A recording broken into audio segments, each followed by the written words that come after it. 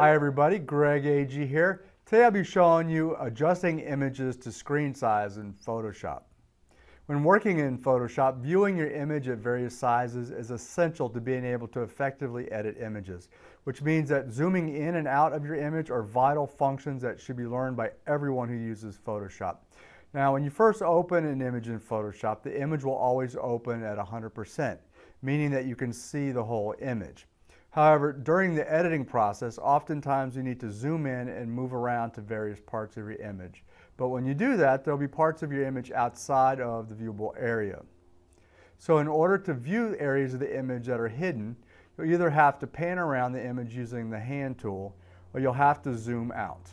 One way to adjust the image size is to go up to the View menu and then go to the second section and choose your viewing size.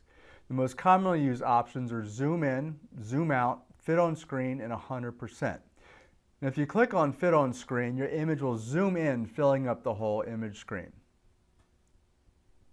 Now, a second and faster way to adjust image size is to use the keyboard shortcuts that access the same options found under the View menu. By holding down the Command key on the Mac or the Control key on the PC, along with the plus or minus key, you can zoom in and out of your image. And if you hold down the Command key on the Mac or the Control key on the PC while hitting the 0 key, your image will instantly zoom in to 100%. Now, adjusting images to fit your screen size is a simple but important task, and learning to do it right will save you tons of time.